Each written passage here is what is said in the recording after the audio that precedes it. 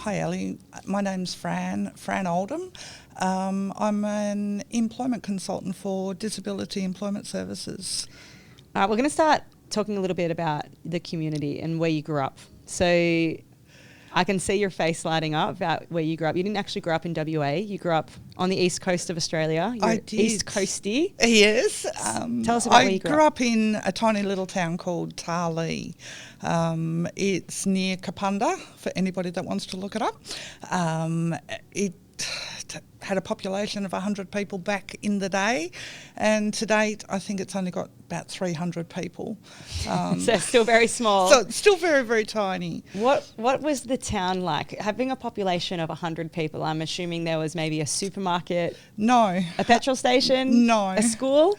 One school. Okay, so it was a very small community there. Yeah, Tell us about what it was like there. Post office come bakery, come supermarket, I suppose you could say. It was a milk bar back then. It was all in one, not even the size of this room. If I was going to come and visit, what would be the top 5 things that I would be doing there? If I was coming to visit you for the day.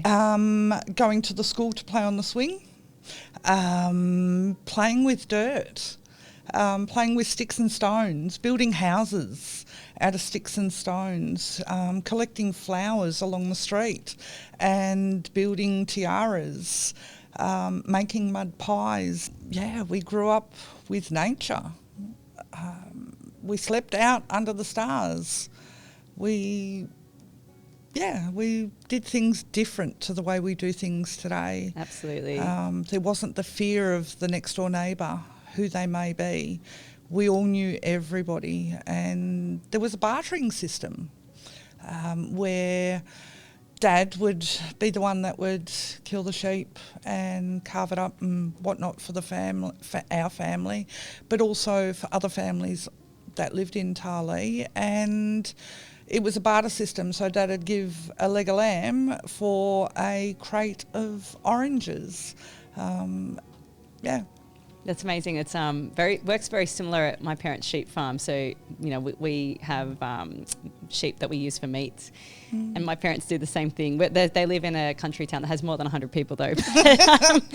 They swap their lamb for fruits and veggies, and everyone kind of just trades their own produce, and it does create a really nice community there. And what's really interesting as well is hearing about how you grew up, despite having only 100 people live in the town. I think, if I think about my childhood, it was actually very similar, and I grew up in the suburbs. So I was, outdoors building little houses out of sticks, and it's amazing, being able to harness the imagination of being a young child, no matter where you are. If you live in a town of 100 people in the suburbs.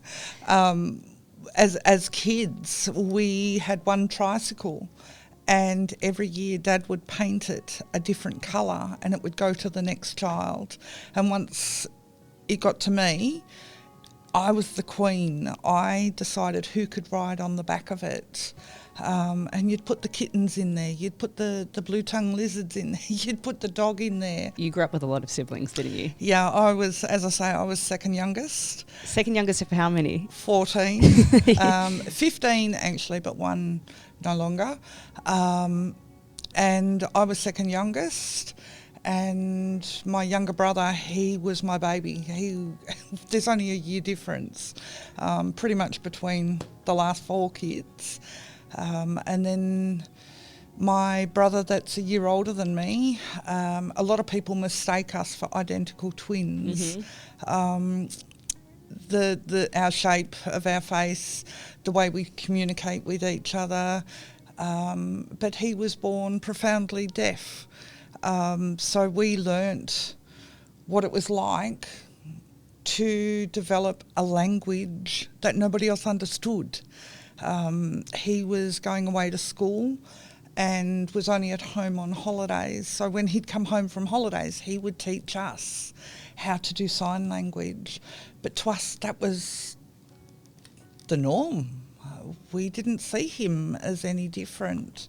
And still to this day, I can have a phone conversation or a video conversation with Peter, and I don't have to look at the screen because I understand what he's saying. Just have an intuition, don't you? Yeah, I do. You seem to have an intuition, I think, with your siblings, but when one has a disability or is profoundly deaf, I think that manifests into something that's so much more connected. People would be able to walk beside us or come towards us, and they'd be like, which one's Peter, which one's Fran, which one's the deaf one? So Peter and I would actually do what twins do, I suppose you could say, and we would pull the mickey out of people. They would be thinking that he was the hearing one and I was the deaf one, so they'd be talking to me as if I was deaf, and it's like, you don't need to talk to me any different. I suppose that gave you a real understanding, though, of what it was like for him. If people confuse the two of you, growing up looking the same, one was profoundly deaf and one wasn't, you still were able to experience the treatment that he may have received, particularly in a small community.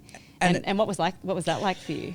It was amazing as a child, but from the age of 11 we had to move over to Victoria to live with grandmother, and that's where the disjointedness of the happy childhood became apparent, because people treated my brother differently.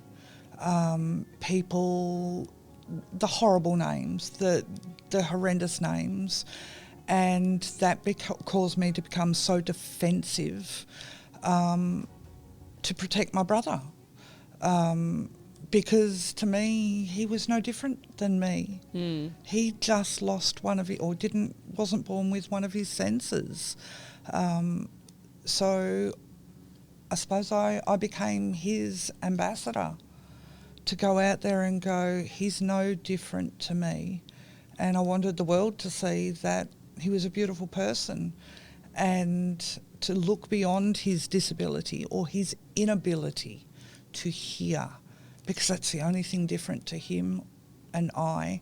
With your brother growing up with a disability, we mentioned that you became a huge advocate for him. You saw so much potential in him that others may not necessarily have seen at the time. What are the skill sets about him that really shine out to you from when he was young, having to navigate having a disability from birth? His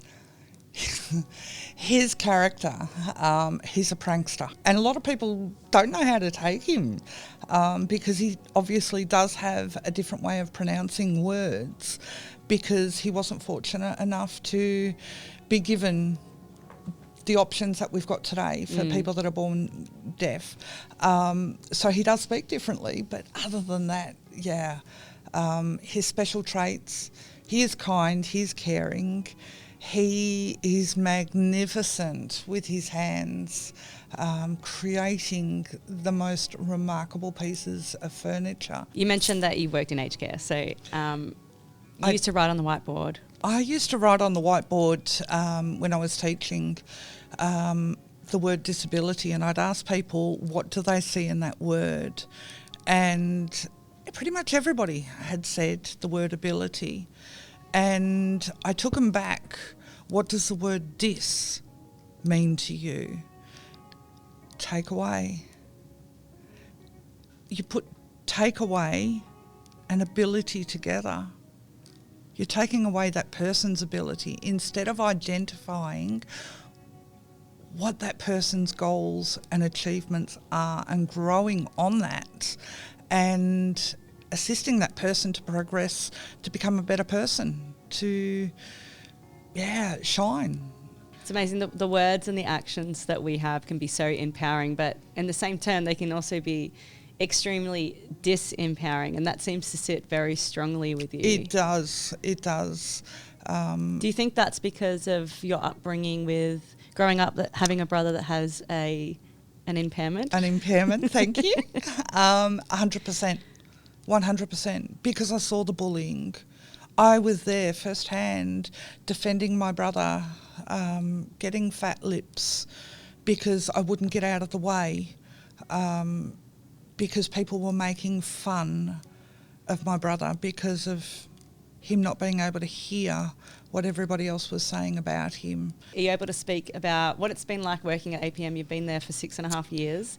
How did you, I suppose, step into the world of APM and disability employment services? I had wanted to get into APM or a company like APM for quite some time. My journey of working with people with disabilities and aged care was coming to an end.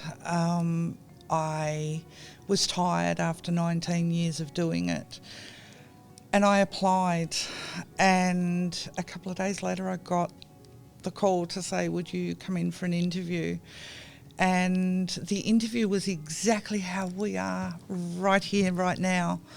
They got to know me. They got to see the true Fran.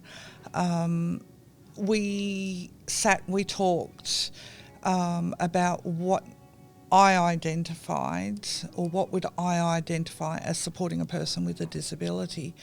And from memory, I spoke back about my brother Peter. And I was fortunate enough a couple of days later to be told that I'd gained the position. And I struggled with the system. I just wasn't getting my head around it. But APM, their kindness, their caring nature, their compassion for absolutely anybody that wants to learn is unbelievable. And I stuck it out, and I'm coming up to 6.5 years of being with APM. I moved over to Disability Employment Services just over 2 years ago. Now, you mentioned before that APM have taken very good care of you as well as an employee. Amazing care. Are you able to elaborate a little bit on that? So, as much as I sit here and I giggle and I've got a smile on my face, I actually have a few disabilities myself. Two of my main ones, one is PTSD from a childhood trauma, and the other is a spinal issue where I've had to have major surgery done on my spine to enable me to walk, to sit. Really? Yeah, I have my own little bionic machine inserted in my spine as we speak, and I have remote control, and I charge my back up every night. I have my own private tense machine. So do you experience lots of nerve pain? I did. I broke my hip a couple of years ago and I damaged one of my nerves, and it was excruciating. I couldn't imagine what it would be like to live with chronic nerve pain. 24 hours a day, 365 days a year for over 10 years. So obviously it was before I came on board with APM, so I came on board with it. They wrapped me up in cotton wool, is the best way to describe it. They provided me with sit-stand desk, modified chair, which is known as an executive big-ass chair, where the seating has actually been cut out. Is that to alleviate the pressure on my coccyx bone? The countless operations that I had within a 12-month period, APM have been instrumental in supporting me. I've not made it a secret. My journey to get to where I am today, and the support that I've received from the EAP, to my manager, to the state manager, to staff. Fran, have you made your booking with the EAP? Fran, are you doing okay? If they see that I'm having a blue day, not a problem. They'll take me off the floor, take me outside, have a cup of coffee, and that's amazing. Yeah. Fran, it's amazing to hear that you're so well taken care of at APM, because I think for anyone that comes into work with a health condition, with an impairment, there can often be a lot of anxiety surrounding that. So I was scared. Exactly. You know, there's so much anxiety And a lot of people hide exactly who they are or what their impairments are or what their health conditions are when coming into work because they are scared. They're scared of not receiving the right support. And for you to be able to experience that yourself and then carry that forward to your clients at APM must be so empowering for yourself as well as the clients that you deal with every day. I'm honoured each and every day where I've got my manager in the office or even just at a phone call away because she's at one of our other sites. I'm honoured to tell the clients, you know, I hand out both my card and her card at the same time, and I'm like, you know, if you can't get a hold of me, you get a hold of her because she will understand you, because she understands me. She accepts me for who I am. She's definitely going to accept you for who you are. And it gives them great comfort knowing that it's not just me that that person can come to. They've got my colleagues on either side of me, but they've also got my manager, and that makes them super special. And definitely it would alleviate a lot of anxiety as well. I don't think people are told enough that, you know, they can come in exactly as they are. Exactly. And they'll be supported in that space as well. Yeah, because we don't see them as being any different to us. I go to the point of taking myself away from my computer and my fancy sit-stand desk and my lovely big-ass chair and I go and sit on the same side as the client and we do informal appointments. I think from speaking to participants myself, the biggest fear of walking into disability employment services for the first time is the fear of the unknown. They don't know what to expect. They don't know what it's going to be like and make a lot of assumptions. But, you know, walking in and then meeting someone like you, going through Fran's 7 steps of self-discovery and leaving feeling quite empowered is certainly a theme that has come through to me very strongly when I speak to APM participants. Yeah. And, you know, being able to speak to people that work for APM as well and how empowering it is for people who work for APM as well as participants is really heartwarming for me to hear. I go into the unknown each and every day.